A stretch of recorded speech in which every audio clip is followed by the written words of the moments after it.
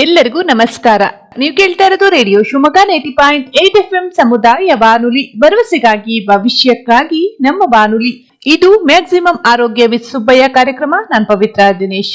ಪ್ರತಿಯೊಬ್ಬ ವ್ಯಕ್ತಿಗೂ ಸಹ ತಾನು ಸುಂದರವಾಗಿ ಕಾಣ್ಬೇಕು ಅನ್ನೋದು ಎಲ್ಲರ ಕನಸು. ಹಾಗೆ ಸುಂದರವಾಗಿ ಕಾಣ್ಬೇಕು ಅಂತ ಹೇಳಿದ್ರೆ ಅದಕ್ಕೆ ಮುಖ್ಯವಾಗಿ ಮುಖದ ಅಂದ ಬಹಳ ಮುಖ್ಯ ಆಗುತ್ತೆ. ಅದ್ರಲ್ಲಿಯೂ ನಾವೇನಾದ್ರೂ ನಕ್ರೆ ನಮ್ಮ ಹಲ್ಲುಗಳು ಬಹಳ ಮುಖ್ಯ ಆಗುತ್ತೆ. ಓರೆ ಕೋರೆ ಇರುವಂತಹ ಹಲ್ಲುಗಳು ಇದ್ರೆ ನಾವೊಂದಿಷ್ಟು ನಗೋದಕ್ಕೆ ಮುಜುಗರವನ್ನ ಪಡ್ತೀವಿ. ಹಾಗೆ ಹಲ್ಲುಗಳು ಹುಳುಕಿದ್ರೆ ಅಥವಾ ದವಡೆ ಏನಾದ್ರೂ ನಮ್ಗೆ ಅಪಘಾತವಾಗಿ ಮುಖದ ಅಂದ ಹಾಳಾಗಿದ್ರೆ ಅಥವಾ ಛೇ ಇಂಥ ಕೆಲ್ಸ ಆಯ್ತು, ನಮ್ಮ ಅಂದವೇ ಹಾಳಾಯ್ತಲ್ಲ ಅಂತ ಯೋಚನೆ ಮಾಡ್ತಿದ್ದೀರಾ? ಅದಕ್ಕೆ ಇಲ್ಲಿದೆ ಪರಿಹಾರ. ಸುಬ್ಬಯ್ಯ ದಂತ ವೈದ್ಯ ಮಹಾವಿದ್ಯಾಲಯದಲ್ಲಿ ಹಲವು ಚಿಕಿತ್ಸೆಗಳು ಇಲ್ಲಿ ಲಭ್ಯವಿದೆ. ಹಾಗಾದ್ರೆ ಸ್ನೇಹಿತರೆ, ನಮ್ಮ ಹಲ್ಲಿನ ಅಂದವನ್ನ ಹೆಚ್ಚಿಸಿಕೊಳ್ಳೋದಕ್ಕೆ ಏನೆಲ್ಲ ಚಿಕಿತ್ಸೆಗಳಿದೆ, ಹೇಗೆಲ್ಲ ಪರಿಹಾರವನ್ನ ಕಂಡುಕೊಳ್ಬಹುದು ಅನ್ನೋದ್ರ ಬಗ್ಗೆ ಒಂದಷ್ಟು ಮಾಹಿತಿಯನ್ನ ತಿಳ್ಕೊಳ್ಳೋಣ. ನಮ್ ಜೊತೆಗೆ ಇವತ್ತು ಸುಬ್ಬಯ್ಯ ದಂತ ವೈದ್ಯ ಮಹಾವಿದ್ಯಾಲಯದ ವೈದ್ಯರಾದಂತ ಡಾಕ್ಟರ್ ಹರ್ಷಿತಾ ಪಾಟೀಲ್ ಅವರು ನಮ್ ಜೊತೆಗಿದ್ದಾರೆ.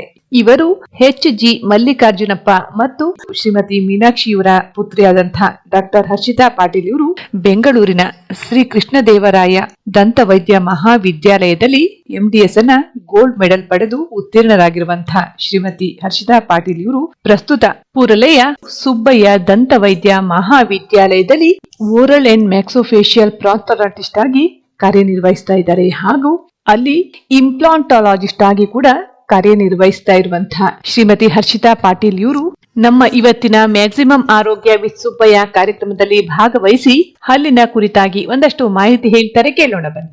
ಮೇಡಮ್ ನಮಸ್ತೆ, ಕಾರ್ಯಕ್ರಮಕ್ಕೆ ಸ್ವಾಗತ. ಮೇಡಮ್, ನಿಮ್ಮ ಪರಿಚಯವನ್ನ ನಮ್ಮ ಕೇಳುಗರಿಗೆ ಹೇಳ್ಬೋದಾ? ನಮಸ್ಕಾರ, ನನ್ನ ಹೆಸರು ಡಾಕ್ಟರ್ ಹರ್ಷಿತಾ ಪಾಟೀಲ್.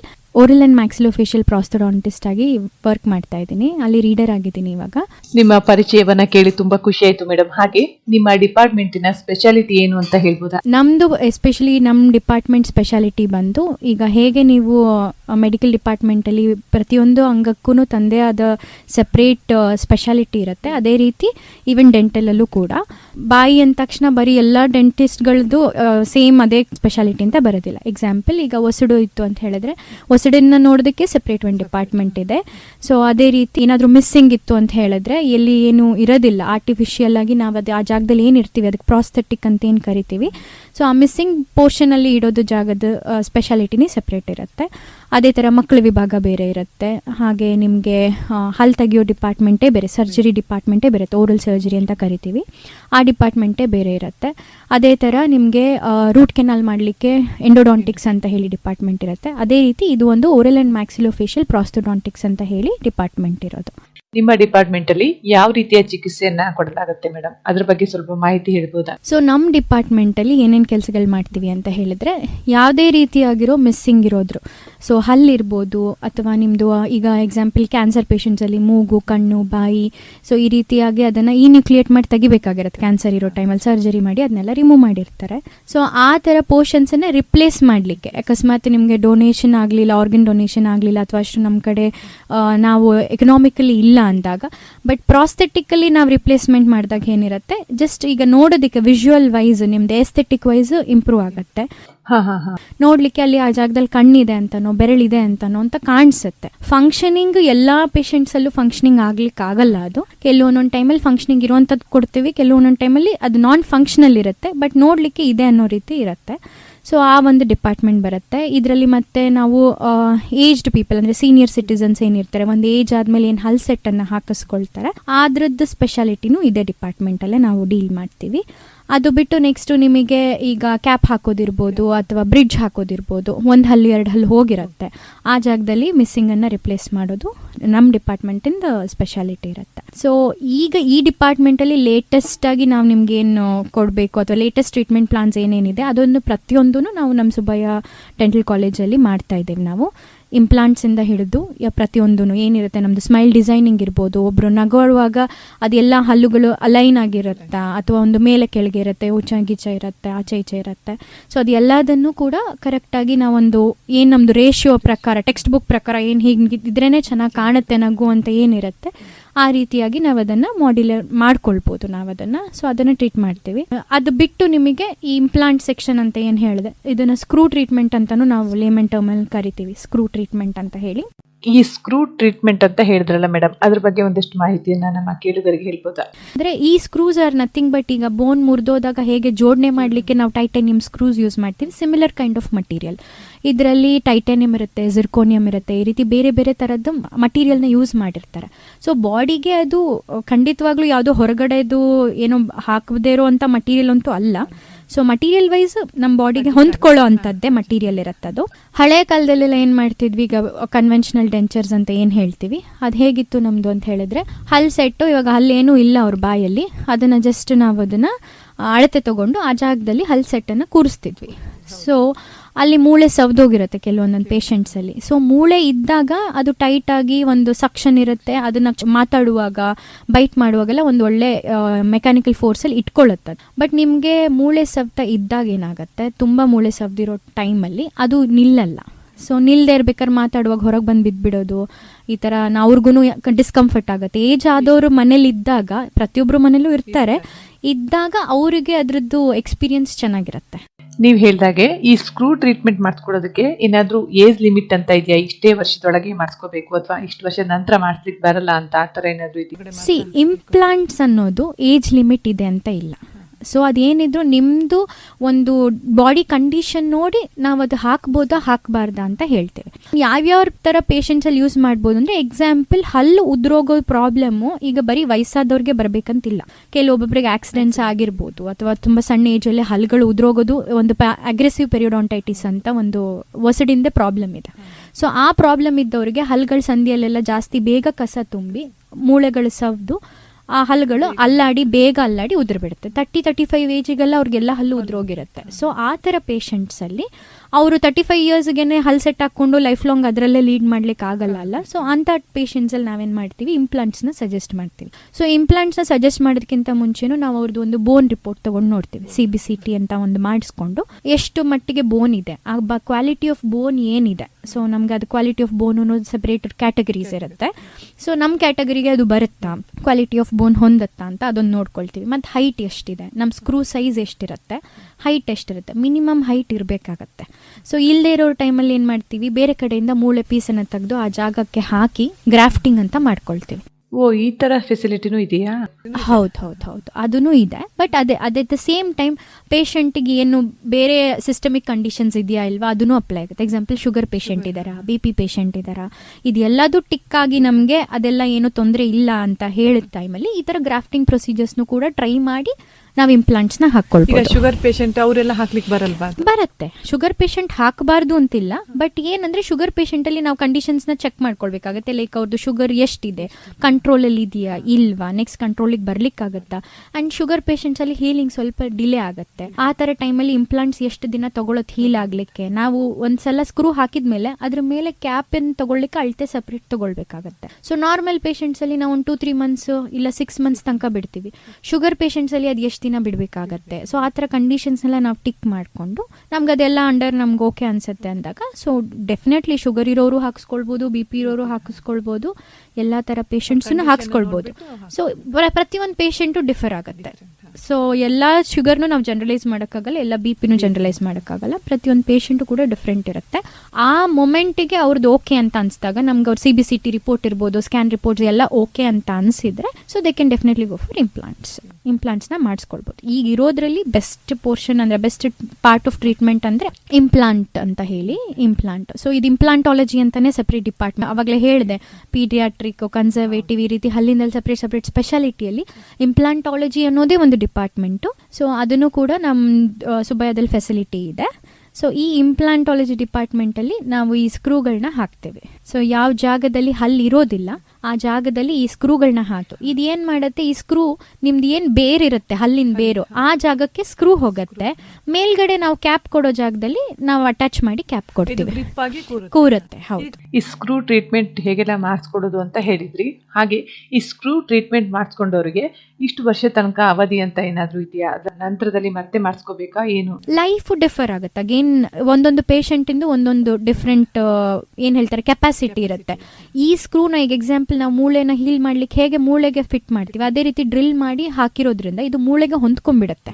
ನಾವು ಯೂಶ್ವಲಿ ಹೇಳೋದು ಇಂಪ್ಲಾಂಟ್ ಫೇಲ್ಯೂರ್ಸ್ ಅನ್ನೋದು ಏನು ಒಂದು ಕಂಡೀಷನ್ ಬಿಟ್ಟರೆ ಅದು ಫೇಲ್ ಆಗೋ ಚಾನ್ಸಸ್ ಇತ್ತು ಅಂದರೆ ನಿಮಗೆ ವಿತಿನ್ ನಾವು ಹಾಕಿದ 6 ತಿಂಗಳೊಳಗೆ ಫೇಲ್ ಆಗಿಬಿಡುತ್ತೆ. ಸೊ ಅದು ಫೇಲ್ ಆಗಿದ ತಕ್ಷಣ ಮತ್ತೆ ಹೋಯ್ತು ಅಂತೇನಿಲ್ಲ, ಮತ್ತೆ ನೀವು ಯು ಕ್ಯಾನ್ ರೀಟ್ರೈ ಅಗೇನ್. ಹೋಗಿರೋದನ್ನ ಮತ್ತೆ ಇನ್ನೊಂದ್ಸಲ ಮಾಡಿಸ್ಕೊಳ್ಬೋದು ನೀವು. ಅದೇನು ಹಂಗೆ ಹೋಗುತ್ತೆ ಅಂತ ಹಾಕ್ಸಿದ್ವಿ ಫೇಲ್ ಆಯ್ತು ಬಿಟ್ಬಿಟ್ವಿ ಅನ್ನೋ ಥರನೂ ಏನಿರೋದಿಲ್ಲ. ಇಂಪ್ಲಾಂಟ್ ಫೇಲ್ಯೂರ್ಸ್ಗೂ ಸುಮಾರು ಬೇರೆ ಬೇರೆ ಥರದ ರೀಸನ್ಸ್ ಇರುತ್ತೆ. ಬರೀ ಏನು ಪೇಷಂಟ್ ರೀಸನ್ನೇ ಇರ್ಬೋದು ಅಥವಾ ಕ್ಲಿನಿಕಲ್ ರೀಸನ್ನೇ ಇರ್ಬೋದು, ಏನೇ ಒಂದಿರ್ಬೋದು. ಅದು ಫೇಲ್ ಆದ ತಕ್ಷಣ ಮುಗೀತು, ಅದೇ ಲಾಸ್ಟ್ ರೆಸಾರ್ಟ್ ಅಂತ ಏನಿಲ್ಲ. ಸ್ಕ್ರೂ ಟ್ರೀಟ್ಮೆಂಟ್ ಅಂದ್ರೇನು, ಹಾಗೆ ಈ ಹಲ್ಲಿನ ಚಿಕಿತ್ಸೆಯ ಬಗ್ಗೆ ಸುಬ್ಬಯ್ಯ ದಂತ ವೈದ್ಯ ಮಹಾವಿದ್ಯಾಲಯದ ಡಾಕ್ಟರ್ ಹರ್ಷಿತಾ ಪಾಟೀಲ್ ಅವರು ಹೇಳ್ತಾ ಇದ್ರು. ಇವ್ರ ಜೊತೆ ಮಾತುಕತೆಯನ್ನ ಮುಂದುವರಿಸ್ತೀನಿ. ಅದಕ್ಕೂ ಮೊದಲು ಒಂದು ಚಿಕ್ಕ ವಿರಾಮ ತಗೊಂಡು ಮತ್ತೆ ಬರೋಣ. ಕಾರ್ಯಕ್ರಮ ಮುಂದುವರಿಯುತ್ತದೆ.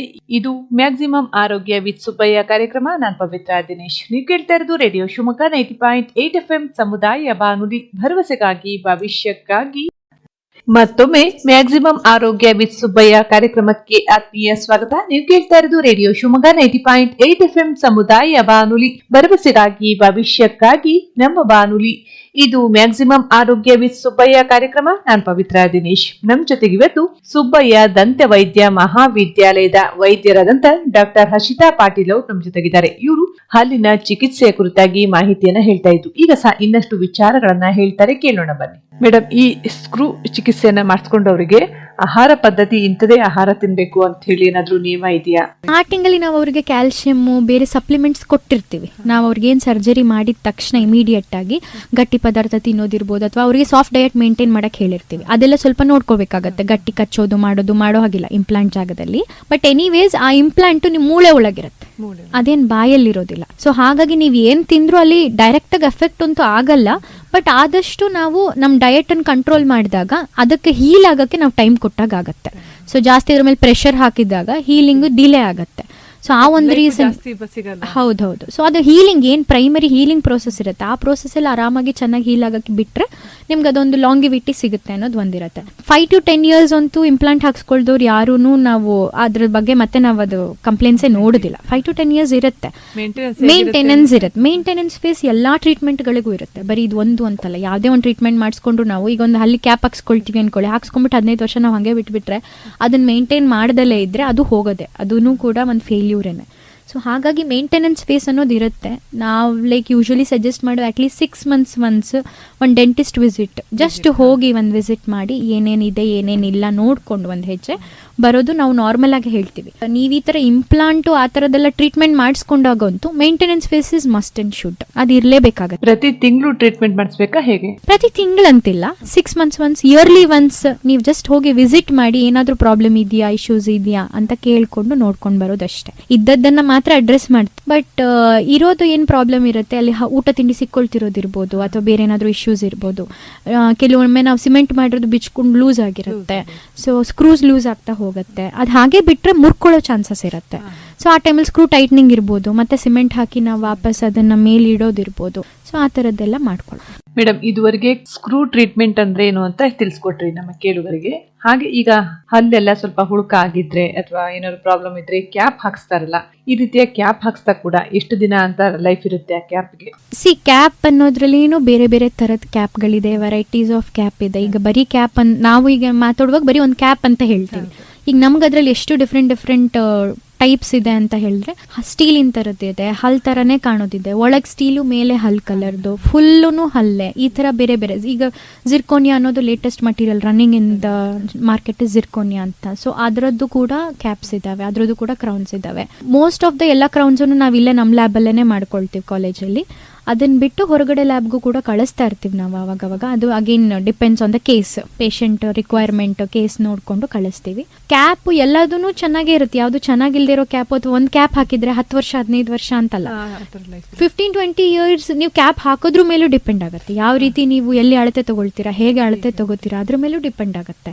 ಸೊ ನಾನು ಒಂದು ಪ್ರಾಪರ್ ವರ್ಕ್ ಮಾಡಿದ್ದೀನಿ ಅಂತ ಹೇಳಿದಾಗ 15-20 ವರ್ಷ ಕಂಪ್ಲೇಂಟ್ ಮಾಡದಿಲ್ಲ ಇರೋರು ಇದ್ದಾರೆ. ನಮ್ಗೆ ಇದರಿಂದ ಏನೋ ಪ್ರಾಬ್ಲಮ್ ಆಯ್ತು ಅಂತ ಹಾಕಿಸ್ಕೊಂಡು 6 ತಿಂಗಳಿಗೆ ನಂಗೆ ಊಟ ಸಿಕ್ಕೊಳ್ತಿದೆ ಅಂತ ಹೇಳ್ತಿರೋರು ಇದ್ದಾರೆ. ಅಂಡ್ ಅಗೇನ್ ಇಟ್ ಡಿಪೆಂಡ್ಸ್ ನೀವು ಯಾರ ಹತ್ರ ಹೋಗಿ ಹೇಗೆ ಮಾಡಿಸ್ಕೊಳ್ತೀರಾ, ಯಾರ ಹತ್ರ ಮಾಡಿಸ್ಕೊಳ್ತೀರಾ ಅದೆಲ್ಲದನ್ನು.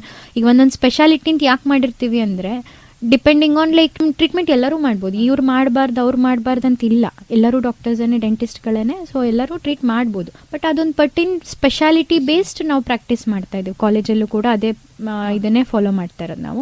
ಸೊ ಇದ್ರದ್ದೊಂದು ಪರ್ಟಿಕ್ಯುಲರ್ ಸ್ಪೆಷಾಲಿಟಿ ಇದೆ ಅಂತ ಹೇಳಿದ್ರೆ ಪೇಷಂಟ್ಸ್ನ ಆ ಪ್ರಾಬ್ಲಮ್ ಇರೋರನ್ನ ಅದೇ ಡಿಪಾರ್ಟ್ಮೆಂಟ್ಗೆ ಪುಷ್ ಮಾಡಿ ಅಲ್ಲಿಗೆ ಕಳಿಸಿ ಅಲ್ಲಿಂದ ನಾವು ಟ್ರೀಟ್ಮೆಂಟ್ನ ಮಾಡಿಸ್ಕೊಳ್ತಾ ಇರ್ತೀವಿ. ಮೇಡಮ್, ನೀವು ಸ್ಮೈಲ್ ಡಿಸೈನ್ ಕೂಡ ಮಾಡಬಹುದು ಅಂತ ಹೇಳಿದ್ರಿ, ಅಂದ್ರೆ ಹಲ್ಲುಗಳು ಮೇಲೆ ಕೆಳಗೆ ಇದ್ರೆ ಅದನ್ನ ಸರಿಯಾಗಿ ಜೋಡಿಸುವಂತಹ ಟ್ರೀಟ್ಮೆಂಟ್ ಕೂಡ ಇದೆ ಅಂತ ಹೇಳಿದ್ರಿ. ಅದ್ರ ಬಗ್ಗೆ ಸ್ವಲ್ಪ ಮಾಹಿತಿ ಹೇಳ್ಬೋದಾ?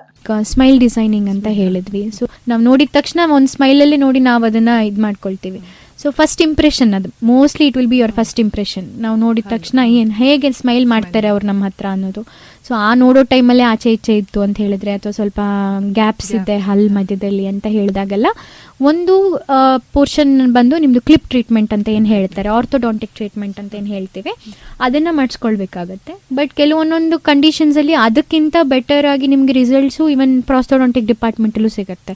ಎಕ್ಸಾಂಪಲ್ ಅದಕ್ಕೆ ಕ್ಯಾಪ್ ಹಾಕೋದಿರ್ಬೋದು, ಕ್ರೌನ್ ಹಾಕೋದಿರ್ಬೋದು, ಅಥವಾ ಅಷ್ಟೊಂದು ಮೂವ್ಮೆಂಟೇ ಅವಶ್ಯಕತೆ ಇಲ್ಲ, ಹಲ್ಲಿನಿಗೆ ಸಣ್ಣ ಸಣ್ಣ ಗ್ಯಾಪ್ ಇದೆ, ನಾವು ಅದಕ್ಕೋಸ್ಕರ ಹಲ್ಲಿಂದು ಕ್ಲಿಪ್ಗೆ ಅದು ಎಲ್ಲದನ್ನು ಕ್ಲಿಪ್ಪನ್ನು ಹಾಕಿ 1 ವರ್ಷ 2 ವರ್ಷ ಟ್ರೀಟ್ಮೆಂಟ್ ಮಾಡೋ ಅವಶ್ಯಕತೆ ಇಲ್ಲ ಅನ್ನೋ ಟೈಮಲ್ಲಿ ಆರ್ಥೋಡಾಂಟಿಕ್ ಡಿಪಾರ್ಟ್ಮೆಂಟಿಂದನೇ ಒಪಿನಿಯನ್ ಕಳಿಸಿ ನಮ್ಗೆ ಇಲ್ಲಿ ಹೇಳ್ತಾರೆ.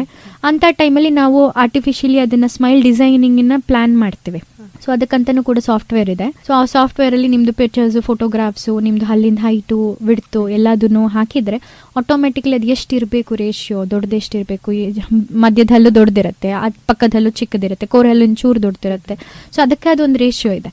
ಸೊ ಅದ್ರ ಪ್ರಕಾರನೇ ನೀವು ನೀಟಾಗಿ ಪ್ಲ್ಯಾನ್ ಮಾಡ್ಕೊಂಡು ಸ್ಮೈಲ್ನ ಡಿಸೈನ್ ಮಾಡ್ಕೊಳ್ಬೋದು. ಈಗ ಮೋಸ್ಟ್ ಆಫ್ ದ ಆ್ಯಕ್ಟರ್ಸ್ ಎಲ್ಲರೂ ಅದನ್ನೇ ಮಾಡಿಸ್ಕೊಳ್ತಾ ಇರೋದು. ಎಲ್ಲ almost all everybody is going for smile designing. ಯಾರಿಗಾದ್ರೂ ಅದು ಫಸ್ಟ್ ಇಂಪ್ರೆಷನ್ ಸೊ ಚೆನ್ನಾಗಿರಬೇಕು ಅಂತ. ಸೊ ಈ ಮ್ಯಾಕ್ಸ್ ಕ್ರೌನ್ಸ್ ಇರ್ಬೋದು ಅಥವಾ ವೀನಿಯರ್ಸ್ ಅಂತ ಕರಿತೀವಿ. ಜಸ್ಟ್ ಮೇಲೆಗಡೆ ಅಷ್ಟೇ ಇರುತ್ತೆ, ನಾವು ಎಲ್ಲ ಕಡೆನೂ ಹಲ್ಲು ಕೊರಿಯೋದಿಲ್ಲ, ಮೇಲಷ್ಟೇ ಒಂದು ಲೇಯರ್ ಕೊರೆದ್ಬಿಟ್ಟು ಹೇಗೆ ನೇಲ್ ಆರ್ಟ್ ಮಾಡ್ತಾರೆ ಅದೇ ರೀತಿ ಮೇಲ್ಗಡೆ ಪೋರ್ಷನ್ ಮಾತ್ರ ನಾವು ಒಂದು ಕ್ಯಾಪ್ ಥರ ಕೊಡ್ತೀವಿ, ಕವರಿಂಗ್ ಥರ ಕೊಡ್ತೀವಿ. ಅದು ಎಕ್ಸಾಕ್ಟ್ ನಿಮ್ಮ ಸ್ಮೈಲಿಗೆ ಏನು ಬೇಕು ಅದೇ ರೇಷಿಯೋದಲ್ಲೇ ಇರುತ್ತೆ ಅದು. ಸೊ ಅದನ್ನು ಕೂಡ ಒಂದು ಪರ್ಟಿಕ್ಯುಲರ್ ಟ್ರೀಟ್ಮೆಂಟ್ ನಮ್ಮದೇ ಲ್ಯಾಬ್ ಇರೋದ್ರಿಂದ ಈ ಲ್ಯಾಬಲ್ಲಿ ಪ್ರತಿಯೊಂದು ವರ್ಕು ನಾವು ಇಲ್ಲೇ ಮಾಡ್ಕೊಳ್ಳೋದ್ರಿಂದ ಸುಮಾರು ಪೇಷಂಟ್ಸ್, ಈಗ 100 ಪೇಷಂಟ್ಸ್ ಇರ್ತಂದ್ರೆ 100 ಪೇಷಂಟ್ಸ್ ವರ್ಕು ಇಲ್ಲೇ ಆಗಬೇಕಾಗತ್ತೆ. ಆ್ಯಂಡ್ 100 ಜನಕ್ಕೂ ನಾವು ಸೀರಿಯಲ್ ವೈಸನ್ನೇ ನಂಬರ್ ಕೊಟ್ಟಿರ್ತೀವಿ. ಸೊ ಫಸ್ಟ್ನೇ ಅವ್ರು ಬಂದವ್ರದ್ದು ಈಗ first come first serve basis ಅಷ್ಟೇ. ಫಸ್ಟ್ ಬಂದವ್ರದ್ದು ಲ್ಯಾಬ್ ವರ್ಕ್ ಕಂಪ್ಲೀಟ್ ಆದಮೇಲೆ ಸೆಕೆಂಡ್ನವ್ರದ್ದು ಹೋಗೋದು. ಹಾಗೆ ಹಲ್ಲಿನ ಚಿಕಿತ್ಸೆಯ ಬಗ್ಗೆ ಸಾಕಷ್ಟು ವಿಚಾರಗಳನ್ನ ತಿಳಿಸಿದ್ರಿ. ಹಾಗೆ ಸ್ಮೈಲ್ ಡಿಸೈನ್ ಅಂದ್ರೇನು, ಆ ಸ್ಮೈಲ್ ಡಿಸೈನ್ ಹೇಗೆಲ್ಲ ಮಾಡಿಸ್ಕೋಬೇಕು, ಹಾಗೆ ಸ್ಕ್ರೂ ಚಿಕಿತ್ಸೆ ಅಂದ್ರೇನು, ಈ ಎಲ್ಲ ಮಾಹಿತಿಯನ್ನ ಸುಬ್ಬಯ್ಯ ದಂತ ವೈದ್ಯ ಮಹಾವಿದ್ಯಾಲಯದ ವೈದ್ಯರಾದಂತಹ ಡಾಕ್ಟರ್ ಹರ್ಷಿತಾ ಪಾಟೀಲ್ ಅವರು ತುಂಬಾ ಚೆನ್ನಾಗಿ ತಿಳಿಸ್ಕೊಟ್ರು. ಇವ್ರ ಜೊತೆ ಮಾತುಕತೆಯನ್ನ ಮುಂದುವರಿಸ್ತೀನಿ. ಅದಕ್ಕೂ ಮೊದಲು ಒಂದು ಚಿಕ್ಕ ವಿರಾಮ ತಗೊಂಡು ಮತ್ತೆ ಬರೋಣ. ಕಾರ್ಯಕ್ರಮ ಮುಂದುವರಿಯುತ್ತದೆ. ಇದು ಮ್ಯಾಕ್ಸಿಮಮ್ ಆರೋಗ್ಯ ವಿತ್ ಸುಬ್ಬಯ್ಯ ಕಾರ್ಯಕ್ರಮ. ನಾನು ಪವಿತ್ರ ದಿನೇಶ್. ನೀವು ಕೇಳ್ತಾ ಇರೋದು ರೇಡಿಯೋ ಶಿವಮೊಗ್ಗ 90.8 FM ಸಮುದಾಯ ಬಾನುಲಿ, ಭರವಸೆಗಾಗಿ ಭವಿಷ್ಯಕ್ಕಾಗಿ. ಮತ್ತೊಮ್ಮೆ ಮ್ಯಾಕ್ಸಿಮಮ್ ಆರೋಗ್ಯ ವಿತ್ ಸುಬ್ಬಯ್ಯ ಕಾರ್ಯಕ್ರಮಕ್ಕೆ ಸ್ವಾಗತ. ನೀವು ಕೇಳ್ತಾ ಇರೋದು ರೇಡಿಯೋ ಶಿವಮೊಗ್ಗ 90.8 FM ಸಮುದಾಯ ಬಾನುಲಿ, ಭರವಸೆಗಾಗಿ ಭವಿಷ್ಯಕ್ಕಾಗಿ ನಮ್ಮ ಬಾನುಲಿ. ಇದು ಮ್ಯಾಕ್ಸಿಮಮ್ ಆರೋಗ್ಯ ವಿತ್ ಸುಬ್ಬಯ್ಯ ಕಾರ್ಯಕ್ರಮ. ನಾನು ಪವಿತ್ರ ದಿನೇಶ್. ನಮ್ ಜೊತೆಗೆ ಇವತ್ತು ಸುಬ್ಬಯ್ಯ ದಂತ ವೈದ್ಯ ಮಹಾವಿದ್ಯಾಲಯದ ವೈದ್ಯರಾದಂತ ಡಾಕ್ಟರ್ ಹರ್ಷಿತಾ ಪಾಟೀಲ್ ಅವರು ನಮ್ ಜೊತೆಗಿದ್ದಾರೆ. ಇವರು ಇದುವರೆಗೆ ಹಲ್ಲಿನ ಚಿಕಿತ್ಸೆಯ ಬಗ್ಗೆ ಸಾಕಷ್ಟು ವಿಚಾರಗಳನ್ನು ತಿಳಿಸಿದ್ದು, ಕ್ಯಾಪ್ ಹಾಕೋದ್ರಿಂದ ಏನೆಲ್ಲ ಉಪಯೋಗ ಆಗುತ್ತೆ, ಹಾಗೆ ಸ್ಕ್ರೂ ಟ್ರೀಟ್ಮೆಂಟ್ ಅಂದ್ರೇನು, ಈ ಎಲ್ಲ ಮಾಹಿತಿಯನ್ನ ತಿಳಿಸಿದ್ರು. ಈಗ ಸಹ ಇನ್ನಷ್ಟು ವಿಚಾರಗಳನ್ನ ತಿಳಿಯೋಣ. ಮೇಡಮ್, ನಿಮ್ಮ ಸುಬ್ಬಯ್ಯ ವೈದ್ಯಕೀಯ ಆಸ್ಪತ್ರೆಯಲ್ಲಿ ರೋಗಿಗಳಿಗಾಗಿ ಇನ್ನು ಏನೆಲ್ಲ ಸೌಲಭ್ಯಗಳಿದೆ ಅಂತ ಹೇಳ್ಬೋದಾ? ಕಾಲೇಜಲ್ಲೂ ಕೂಡ ಬೇರೆ ಬೇರೆ ಫೆಸಿಲಿಟೀಸ್ ಅವೈಲಬಿಲಿಟಿ ಇದೆ. ಲೈಕ್ ESI ಇರ್ಬೋದು, ಅಥವಾ ನಿಮಗೆ ಸುಬ್ಬಯ್ಯದು ಹೆಲ್ತ್ ಕಾರ್ಡ್ ಇದೆ. ಆ್ಯಂಡ್ ನಮ್ಮದು ವಯಸ್ಸಾದವ್ರಿಗೆ ದಂತಭಾಗ್ಯ ಅಂತ ಹೇಳ್ಬಿಟ್ಟು ಒಂದು ಫೆಸಿಲಿಟಿ ಇದೆ. ಅಲ್ಲಿ ಅದರೊಳಗೆ ದಂತಭಾಗ್ಯ ಅಂಡರಲ್ಲಿ ನಿಮಗೆ ಫ್ರೀ ಡೆಂಚರ್ಸ್ ಸಿಗುತ್ತೆ. ಹಲ್ ಸೆಟ್ ಏನಿದೆ ಅದು ಪೂರ್ತಿ ಫ್ರೀಯಾಗೆ ಕೊಡ್ತಾರೆ. ನೀವು ಹೊರಗೆ ಮಾಡಿಸ್ತೀನಿ ಒಂದು ಕ್ಲಿನಿಕಲ್ಲಿ 25,000-30,000 ಮೇಲಿದೆ. ಸೊ ಅದು ನೀವು ಇಲ್ಲಿ ಮಾಡಿಸ್ಕೊಳ್ತೀರಾ ಅಂತ ಹೇಳಿದ್ರೆ ಅದು ನಿಮಗೆ ಗೌರ್ಮೆಂಟಿಂದ ಕವರ್ ಆಗೋದು. ಸೀನಿಯರ್ ಸಿಟಿಸನ್ಸಿಗೆ ದಂತಭಾಗ್ಯ ಅಂಡರ್ ಒಂದು ಆ್ಯಕ್ಟ್ ಇದೆ, ಅದ್ರ ಕೆಳಗೇನೆ ಅವ್ರಿಗೆ ಫ್ರೀ ಆಗಿ ಸಿಗುತ್ತೆ. ಆ್ಯಂಡ್ ಅದೇ ನೀವು ಮ್ಯಾಕ್ಸಲ್ಲಿ ಹೋಯ್ತು ಅಂದರೆ ಮ್ಯಾಕ್ಸ್ ಡೆಂಟಲ್ ಸ್ಪೆಷಾಲಿಟಿನೂ ಇದೆ ಸೆಪ್ರೇಟ್ ಆಗಿ. ಸೊ ಡೆಂಟಲ್ ವಿಂಗೂ ಇದೆ ಮ್ಯಾಕ್ಸಲ್ಲಿ. ಸೊ ಅಲ್ಲಿ ಕೂಡ ಇನ್ಶೂರೆನ್ಸ್ ಅದು ಇದು ಎಲ್ಲ ನೀವು ಅವೈಲಬಿಲಿಟಿ, ESIC ಕೂಡ ಇದೆ ಅಲ್ಲಿ. ಸೊ ಅದನ್ನು ಕೂಡ ಫೆಸಿಲಿಟಿ ಅವೈಲೇಬಲ್. ಬಟ್ ಏನಂದರೆ ಈಗ ಒಂದು ಎಜುಕೇಷನಲ್ ಇನ್ಸ್ಟಿಟ್ಯೂಷನ್ ಆಗಿರೋದ್ರಿಂದ they are also taking a step ahead. ಅವ್ರು ಇದನ್ನೆಲ್ಲ ಮಾಡಿದ್ರಿಂದ, ಈ ಥರ ಫೆಸಿಲಿಟೀಸ್ ಇರೋದ್ರಿಂದ, ಪೇಷಂಟ್ಸಿಗೆ ತಿಳಿಸ್ಕೊಡೋದ್ರಿಂದ ಪೇಷಂಟ್ ಇನ್ಪುಟ್ ನಮಗೂ ಚೆನ್ನಾಗಿರುತ್ತೆ. ಆ್ಯಂಡ್ ಮಕ್ಕಳಿಗೂ ಒಂದು ನಾವೇನು ಸ್ಟೂಡೆಂಟ್ಸಿಗೆ ಕಲಿಕೆಗೆ ಹೆಲ್ಪ್ ಆಗುತ್ತೆ ಅನ್ನೋ ಒಂದು ರೀಸನ್ಗೆ ಅವರು ಕೂಡ ಇದೊಂದು ಆಪರ್ಚುನಿಟಿನ ಪ್ರೊವೈಡ್ ಮಾಡ್ತಿರೋದು. ಸೊ ಕಮ್ಮಿನೂ ಆಗುತ್ತೆ and at the same time ನಿಮ್ಗೆ ಒಳ್ಳೆ ಕ್ವಾಲಿಟಿ ಆಫ್ ಟ್ರೀಟ್ಮೆಂಟು ಸಿಗುತ್ತೆ. ಆ್ಯಂಡ್ ಈಚ್ ಡಿಪಾರ್ಟ್ಮೆಂಟ್ ಸ್ಪೆಷಾಲಿಟಿ ಇರೋದ್ರಿಂದ ಏನೋ ಹಂಗೆ ಸುಮ್ಮನೆ ರ್ಯಾಂಡಮ್ ಆಗಿ ಮಾಡಿ ಕಳ್ಸಿದ್ರು ಅನ್ನೋ ಥರದ್ದು ಇರೋದಿಲ್ಲ. ಇಲ್ಲಿ ಒಂದು ಟೀಮ್ ಆಫ್ ಡಾಕ್ಟರ್ಸ್ ವರ್ಕ್ ಮಾಡ್ತಾರೆ. ಹಲ್ಲಿನ ಚಿಕಿತ್ಸೆ ಬಗ್ಗೆ ಸಾಕಷ್ಟು ವಿಚಾರಗಳನ್ನ ನಮ್ಮ ಕೇಳುಗರಿಗೆ ತಿಳಿಸ್ಕೊಟ್ಟಿದ್ದೀರಾ. ಕೊನೆಯದಾಗಿ ನಮ್ಮ ಕೇಳುಗರಿಗೆ ಏನ್ ಹೇಳಕ್ ಇಷ್ಟಪಡ್ತೀರಾ ಅಂದ್ರೆ, ಈ ಹಲ್ ಸೆಟ್ ಹಾಕ್ಸೋದಕ್ಕೆ ಕೆಲವರು ಹಿಂಜರಿಕೆಯನ್ನ ಮಾಡ್ತಾರೆ, ಅದರಿಂದ ನಮ್ಗೆ ಆಹಾರವನ್ನ ತಿನ್ಲಿಕ್ಕೆ ಆಗುತ್ತೋ ಇಲ್ವೋ ಅಥವಾ ಆ ಫೀಲ್ ಬರುತ್ತೋ ಇಲ್ಲೋ ಅಂತ ಹೇಳಿ ಕೆಲವರಿಗೆ ಕೆಲವೊಂದು ಡೌಟ್ಸ್ ಇರುತ್ತೆ. ಅಂಥವ್ರಿಗೆ ಏನ್ ಹೇಳಿಕ್ ಇಷ್ಟಪಡ್ತೀರಾ? ಈಗ ನಾವೀಗೇನು ಹಲ್ ಸೆಟ್ ಹಾಕಿರ್ತೀವಿ ಅಂತ ಹೇಳ್ತೀವಿ, ಆ ಪೇಷಂಟ್ಸ್ಗೆ ಏನಕ್ಕೆ ಈಗ ಅಷ್ಟೊಂದು ಸ್ಟ್ರೆಸ್ ಮಾಡಿ ನಾವು ಹಲ್ ಸೆಟ್ ಏನಕ್ಕೆ ಹಾಕಿಸ್ಕೊಳ್ಬೇಕು, ಏನಕ್ಕೆ ಬೇಕೇ ಬೇಕು? ಸೊ ಮೇನ್ ನಾವು ಎಲ್ಲರೂ ಕಷ್ಟಪಟ್ಟು ದುಡಿಯೋದು, ಕೆಲಸ ಮಾಡೋದು ಎಲ್ಲ ಹೊಟ್ಟೆಗೆ ತಿನ್ನಲಿಕ್ಕೆ ಫಸ್ಟ್ ಹಲ್ ಕರೆಕ್ಟಾಗಿ ಇರ್ಬೇಕು ನಮಗೆ. ಸೊ ಈಗ ಹಲ್ ಗಟ್ಟಿ ಇರೋರು ನಾವು ಚೆನ್ನಾಗಿ ಯಂಗ ಏಜಲ್ಲಿ ಇರೋರಿಗೆ ಏನೂ ಅನ್ಸೋದಿಲ್ಲ ಡಿಫ್ರೆನ್ಸ್. ಬಟ್ ಏಜ್ ಆಗ್ತಾ ಎಲ್ಲ ಹಲ್ಗಳು ಹೋದ್ಮೇಲೆ ಅವ್ರಿಗೆ ಅದು ಫೀಲ್ ಆಗುತ್ತೆ. ಸೊ ಏನೇ ತಿನ್ಬೇಕಂತ ಹೇಳಿದ್ರು, ಈಗ ನನಗೆ ಸುಮಾರು ಜನ ಬರೋ ಪೇಷಂಟ್ಸಲ್ಲಿ ಕೇಳ್ತಾರೆ, ಈಗ ಹಲ್ ಸೆಟ್ ಏನು ಕೊಡ್ತೀರಾ ನೀವು, ಅದರಲ್ಲಿ ನಮಗೆ ಬಿಸಿ ತಣ್ಣಗೆ ಅದು ಡಿಫ್ರೆನ್ಸ್ ಗೊತ್ತಾಗಲ್ಲ, ಏನೋ ಫುಡ್ಡೇ ಟೇಸ್ಟ್ ಇಲ್ಲ ನನಗೆ ಅಂತ ಅನಿಸುತ್ತೆ, ನನಗೆ ಆ ಥರ ಟೇಸ್ಟ್ ಬರೋ ಅಂಥದ್ದು ಏನಾದರೂ ಇದೆಯಾ ಆಲ್ಟರ್ನೇಟಿವ್ ಅಂತ ಕೇಳೋ ಪೇಷಂಟ್ಸ್ ಇದ್ದಾರೆ. ನಾವು ಸುಮಾರು ಕಡೆ ಕನ್ಸಲ್ಟೇಷನ್ಸ್ ಹೋಗ್ತೀವಿ, ಕಾಲೇಜಲ್ಲಿ ಇರ್ತೀವಿ, ಹೊರಗಡೆ ಹೋಗ್ತೀವಿ, ಸುಮಾರು ಪೇಷಂಟ್ಸಿನ ಕಂಪ್ಲೇಂಟ್ ಅದಿರುತ್ತೆ. ಅವ್ರು ಯಾಕೆ ಆ ರೀತಿ ಕೇಳ್ತಾರೆ, ಏನು ಒಂದು ತಿನ್ನೋದು ಬಿಸಿ ತಣ್ಣನೂ ಗೊತ್ತಾಗ್ದೆಲ್ಲ ಇರೋದು ಏನು ಮಾಪ್ ಡಿಫ್ರೆನ್ಸ್ ಅಲ್ಲ ಅಂತ ನಮಗನ್ಸುತ್ತೆ. ಬಟ್ ತಿನ್ನುವಾಗ ನಾವು ಅದು ಪ್ರತಿಯೊಂದನ್ನು ಆ ಸೆನ್ಸೇಷನ್ಸ್ನ ಫೀಲ್ ಮಾಡಿಕೊಂಡು ತಿಂದ್ರೇನೆ ನಮಗದು ಚೆನ್ನಾಗಂತ ಅನ್ಸುತ್ತೆ. ನಾವೀಗ ನಾರ್ಮಲ್ ಹಲ್ ಸೆಟ್ ಏನು ಕೊಡ್ತೀವಿ ಅದರಲ್ಲಿ ಕಂಪ್ಲೀಟ್ ಪ್ಲೇಟ್ ಕ್ಲೀಟ್ ಥರ ಎಲ್ಲ ಬರುತ್ತೆ. ಸೊ ಪ್ಯಾಲೆಟ್ ಎಲ್ಲ ಕವರ್ ಆಗುತ್ತೆ, ನಮ್ದು ಏನು ಬಾಯಿಂದ ಅಂಗಳ ಅಂತ ಕರಿತೀವಿ, ಆ ಜಾಗ ಎಲ್ಲ ಕವರ್ ಆಗುತ್ತೆ. ಸೊ ಅಲ್ಲಿ ಆ ಜಾಗದಲ್ಲಿ ದಪ್ಪದೊಂದು ಪ್ಲೇಟ್ ಬಂದಾಗ ಅದು ತುಂಬ ಅನ್ಕಂಫರ್ಟಬಲ್ ಅನ್ಸುತ್ತೆ. ಈಗ ಮಾತಾಡೋದೆಲ್ಲ over a period of time ನಾವು ಅಭ್ಯಾಸ ಮಾಡಿಕೊಂಡು ನ್ಯೂಸ್ ಪೇಪರ್ ಓದಿ ಅಭ್ಯಾಸ ಮಾಡ್ಕೊಳ್ಳಿ, ಅದು ಮಾಡ್ಕೊಳ್ಳಿ, ಇದು ಮಾಡ್ಕೊಳ್ಳಿ ಅಂತ ಹೇಳ್ತೀವಿ. ಬಟ್ ಇವಾಗ ಅದಕ್ಕೊಂದು ಆಲ್ಟರ್ನೇಟಿವ್ ಇದೆ, ನಮ್ಗೆ ಒಳ್ಳೆ ಟ್ರೀಟ್ಮೆಂಟ್ ಸಿಗುತ್ತೆ ಅನ್ನುವಾಗ ಜನ ಶುಡ್ ಗೋ ಫಾರ್ ಆ ಥರ ಟ್ರೀಟ್ಮೆಂಟಿಗೆ. ಈ ಥರದ್ದೇ ಹಳೆ ಟ್ರೀಟ್ಮೆಂಟನ್ನೇ ಫಾಲೋ ಮಾಡ್ಕೊಂಡಿರೋದಕ್ಕಿಂತ, ಎಕ್ಸಾಂಪಲ್ ಈಗ ಇಂಪ್ಲಾಂಟ್ಸ್ ಹಾಕಿದ್ರೆ ನಿಮ್ಮ ಅಂಗಳ ಎಲ್ಲ ಕವರ್ ಆಗೋದಿಲ್ಲ. ಸೊ ಎಲ್ಲಿ ಏನು ಜಾಗ ಇದೆ ಹಲ್ಲಿರೋ ಜಾಗದಲ್ಲಿ ಅಷ್ಟೇ ಸ್ಕ್ರೂಸ್ ಬರುತ್ತೆ, ಆ ಜಾಗಕ್ಕಷ್ಟೇ ಕ್ಯಾಪ್ ಬರುತ್ತೆ. ಸೊ ಮಿಕ್ಕಿದಷ್ಟು ಜಾಗ ನಿಮ್ಗೆ ಫ್ರೀ ಇರುತ್ತೆ, ಎಲ್ಲೂ ಹಿಂಸೆ ಆಗೋದಿಲ್ಲ, ಮಾತಾಡ್ಲಿಕ್ಕೆ ಕಂಫರ್ಟ್ ಇರುತ್ತೆ. ಹೌದು, ನಾಲ್ಗೆ ನಮ್ದು ಅಂಗಳ ತಾಗ್ದಾಗ ಡಿಫ್ರೆನ್ಸ್ ಫೀಲ್ ಇರುತ್ತೆ. ಅದೇ ನಿಮ್ ನಾಲ್ಗೆ ಅದೆಲ್ಲ ಒಂದು ಪ್ಲೇಟ್ ತಾಗಿ ನೀವು ಮಾತಾಡುವಾಗ ನಿಮ್ ವಾಯ್ಸ್ ವೋಕಲ್ ಅಲ್ಲೇನೆ ಚೇಂಜಸ್ ಗೊತ್ತಾಗ್ಬಿಡುತ್ತೆ. ಸೊ ಅದೆಲ್ಲದು ಕಂಫರ್ಟ್ ಅಷ್ಟೇ, ನಿಮ್ದೊಂದು ಲೆವೆಲ್ ಇಂಪ್ರೂವ್ಮೆಂಟ್ ಆಗುತ್ತೆ ಇಂಪ್ಲಾಂಟ್ಸ್ ಇಂದ ಅಂದ್ರೆ ಇದು comfort. Definitely quality of life improve ಆಗುತ್ತೆ. ತಿನ್ನೋದಿರ್ಬೋದು, ಪ್ರತಿಯೊಂದು ಕಚ್ಚಿ ತಿನ್ನುವಾಗ ನಮ್ಗೆ ನುರಿಬೇಕು ತಿಂದಿದ್ದೆಲ್ಲ.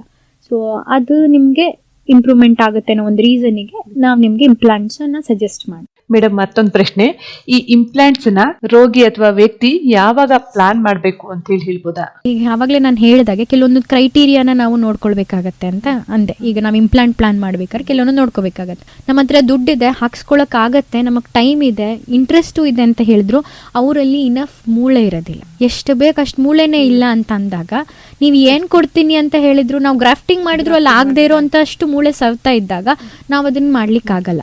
ಸೊ ಎಲ್ಲರಿಗೂ ನಾವೇನು ಹೇಳೋದಂದ್ರೆ, ನೆಗ್ಲೆಕ್ಟ್ ಮಾಡಿ ಯಾಗೋ ಆಮೇಲೆ ಹೋಗಿ ತೋರಿಸ್ಕೊಳ್ಳೋದಕ್ಕಿಂತ ಇಮಿಡಿಯೇಟಾಗಿ ಹಲ್ಲು ಉದ್ರಿದ ತಕ್ಷಣನೋ ಮುರಿದ ತಕ್ಷಣನೋ ಇಮಿಡಿಯೇಟಾಗಿ ಬಂದು ಕೇಳಿದಾಗ ಆ ಟೈಮಲ್ಲಿ ನಿಮ್ಮದು ಬೋನ್ ರಿಸಾರ್ಪ್ಷನ್ ಕಡಿಮೆ ಇರುತ್ತೆ.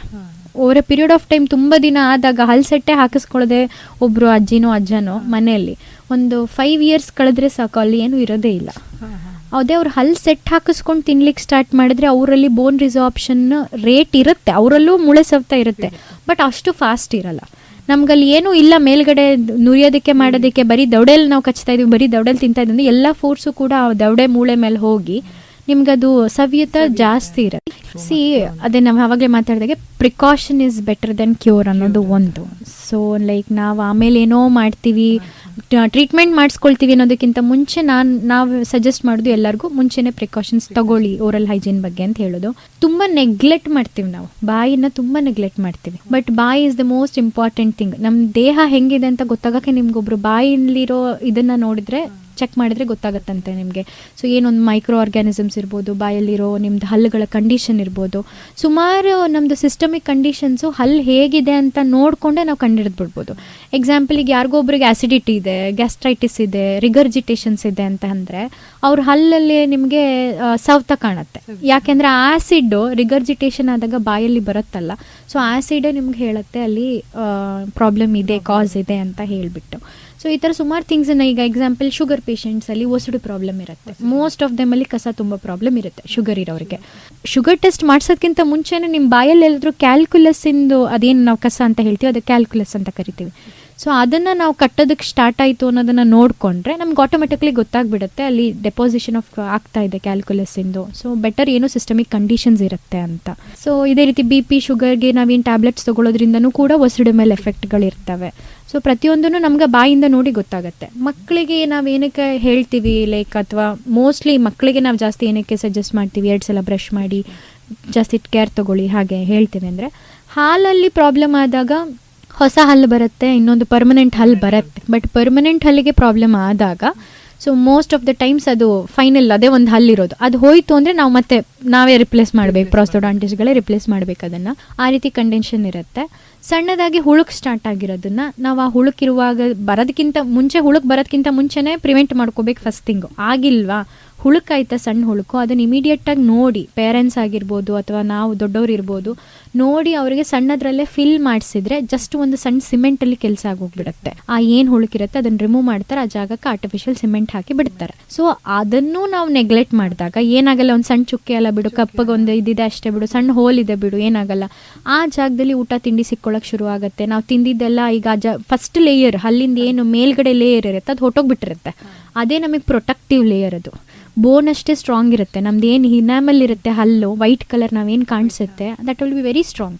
ಅದೇ ನಮಗೆ ಪ್ರೊಟೆಕ್ಷನಿಗೆ ಇಲ್ಲ ಅಂದಾಗ ಒಳಗಡೆಗೆ ಬೇಗ ಈಸಿಯಾಗಿ ಸಿಗುತ್ತೆ ಅದಕ್ಕೆ ಹೋಗೋದಕ್ಕೆ ಮೈಕ್ರೋ ಆರ್ಗ್ಯಾನಿಸಮ್ಸ್ಗೆ. ಸೊ ನೆಕ್ಸ್ಟ್ ಡೆಂಟಿನ್ಗೆ ಹೋಗುತ್ತೆ, ನೆಕ್ಸ್ಟ್ ಅಲ್ಲಿಂದ ಪಲ್ಪಿಗೆ ಹೋಗುತ್ತೆ, ಮೆಲ್ಲಕ್ಕೆ ಹುಳುಕಿದ್ದು ಇವಾಗ ರೂಟ್ ಕೆನಾಲಿಗೆ ಬರುತ್ತೆ. ಸೊ ರೂಟ್ ಕೆನಾಲ್ ಬೇರೆ ತನಕ ರೀಚ್ ಆಯಿತು ಅಂದರೆ ರೂಟ್ ಕೆನಾಲೇ ಆಪ್ಷನ್. ಆ ಟೈಮಲ್ಲೂ ನಾವು ನೆಗ್ಲೆಕ್ಟ್ ಮಾಡ್ತೀವಿ, ರೂಟ್ ಕೆನಾಲು ನಾವು ಮಾಡಿಸ್ಕೊಳ್ಳಲ್ಲ, ಹಾಗೇ ಬಿಡ್ತೀವಿ. ನೋವು ಬಂದು ಹೋಗಿ ಹೋಯ್ತು ಬಿಡೋದು, ಏನಾಗಲ್ಲ ನಮಗೆ. ನೋವು ಬರುವಾಗ ಒಂದು ಸಣ್ಣ ಮಾತ್ರೆ ತೊಗೊಳ್ಳೋದು ಮತ್ತೆ ನೆಗ್ಲೆಕ್ಟ್ ಮಾಡೋದು, ಈ ರೀತಿ ಮಾಡಿದಾಗ ಸೊ ನೆಕ್ಸ್ಟ್ ಆ ಹಲ್ಲೆ ಮುರ್ಕೊಂಡು ಬರುತ್ತೆ. ಸೊ ಆ ಹಲ್ಲೆ ಮುರ್ಕೊಂಡು ಬಂತು ಅಂದಾಗ ಆ ಜಾಗದಲ್ಲಿ ಏನೂ ಇಲ್ವೇ ಇಲ್ಲ, ನಾವು ಮತ್ತೆ ಅದನ್ನು ರಿಪ್ಲೇಸ್ ಮಾಡಿಸ್ಬೇಕಾಗತ್ತೆ. ಇಂಪ್ಲಾಂಟ್ ಇನ್ನೊಂದು ಏನಕ್ಕೆ ನಾವು ಮೋಸ್ಟ್ ಆಫ್ ದಲ್ಲಿ ಒಂದೊಂದು ಹಲ್ಲು ಮಿಸ್ ಆದಾಗಲೂ ಮಾಡ್ತೀರಾ ಅಂತ ಕೇಳಿದ್ರಿ ನೀವು.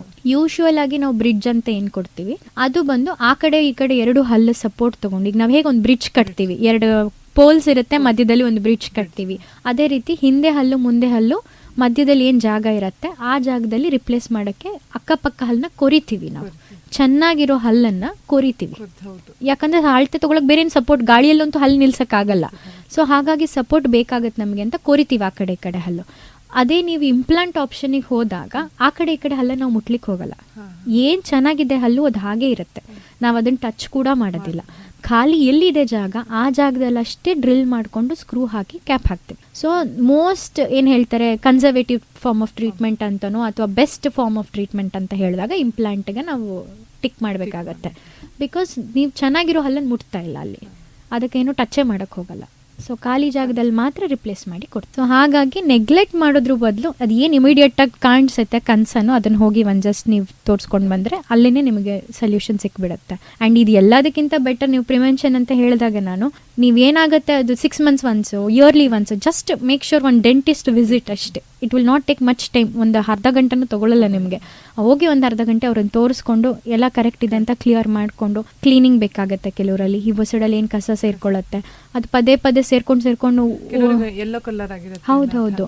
ಸೊ ಅದು ಯೆಲ್ಲೋ ಕಲರ್ ಮೇಲೆ ಇತ್ತು ಅಂತ ಹೇಳಿದ್ರೆ ಕ್ಲೀನ್ ಮಾಡೋದ್ರಿಂದ ಹೋಗ್ಬಿಡುತ್ತೆ ಅದು. ಬಟ್ ಕೆಲವ್ರಿಗೆ ಹಲ್ಲು ಒಳಗಡೆಯಿಂದನೇ ಡಿಸ್ಕಲರೇಷನ್ ಆಗಿರುತ್ತೆ. ಸೊ ಆ ಥರದ ಸಣ್ಣ ಸಣ್ಣ ಪುಟ್ಟ ಪ್ರಾಬ್ಲಮ್ಸನ್ನು ಟ್ರೀಟ್ ಮಾಡ್ಕೊಳ್ಳೋದ್ರಿಂದ ನಮಗೆ ಬೇಗ ಸೊಲ್ಯೂಷನ್ ಸಿಗುತ್ತೆ. ಧನ್ಯವಾದಗಳು ಮೇಡಮ್. ನಮ್ಮ ಇವತ್ತಿನ ಮ್ಯಾಕ್ಸಿಮಮ್ ಆರೋಗ್ಯ ವಿತ್ ಸುಬ್ಬಯ್ಯ ಕಾರ್ಯಕ್ರಮದಲ್ಲಿ ಭಾಗವಹಿಸಿ ಹಲ್ಲಿನ ಕುರಿತಾಗಿ ಸಾಕಷ್ಟು ವಿಚಾರಗಳನ್ನು ತಿಳಿಸಿದ್ದೀರಾ. ನಿಮಗೆ ನಮ್ಮ ರೇಡಿಯೋ ಶಿವಮೊಗ್ಗದ ಪರವಾಗಿ ಧನ್ಯವಾದಗಳನ್ನು ಹೇಳ್ತಾ, ಕೇಳಿದ್ರಲ್ಲ ಸ್ನೇಹಿತರೆ, ನಮ್ಮ ಇವತ್ತಿನ ಮ್ಯಾಕ್ಸಿಮಮ್ ಆರೋಗ್ಯ ವಿತ್ ಸುಬ್ಬಯ್ಯ ಕಾರ್ಯಕ್ರಮದಲ್ಲಿ ಸುಬ್ಬಯ್ಯ ದಂತ ವೈದ್ಯ ಮಹಾವಿದ್ಯಾಲಯದ ವೈದ್ಯರಾದಂಥ ಶ್ರೀಮತಿ ಹರ್ಷಿತಾ ಪಾಟೀಲ್ ಅವರು ಭಾಗವಹಿಸಿ ಸಾಕಷ್ಟು ವಿಚಾರಗಳನ್ನ ತಿಳಿಸಿದ್ರು. ಇದೇ ರೀತಿ ಮುಂದಿನ ಸಂಚಿಕೆಯಲ್ಲಿ ಮತ್ತೆ ಸಿಗೋಣ ಅಂತ ಹೇಳ್ತಾ ಇವತ್ತಿನ ಕಾರ್ಯಕ್ರಮವನ್ನ ಮುಗಿಸುವಂತ ಸಮಯ ಆಯಿತು. ನಂತರದಲ್ಲಿ ಎಂದಿನಂತೆ ರೇಡಿಯೋ ಕಾರ್ಯಕ್ರಮಗಳು ಪ್ರಸಾರವಾಗುತ್ತದೆ. ಕೇಳ್ತಾ ಇರಿ ರೇಡಿಯೋ ಶಿವಮೊಗ್ಗ 90.8 FM ಸಮುದಾಯ ಬಾನುಲಿ, ಭರವಸೆಗಾಗಿ ಭವಿಷ್ಯಕ್ಕಾಗಿ.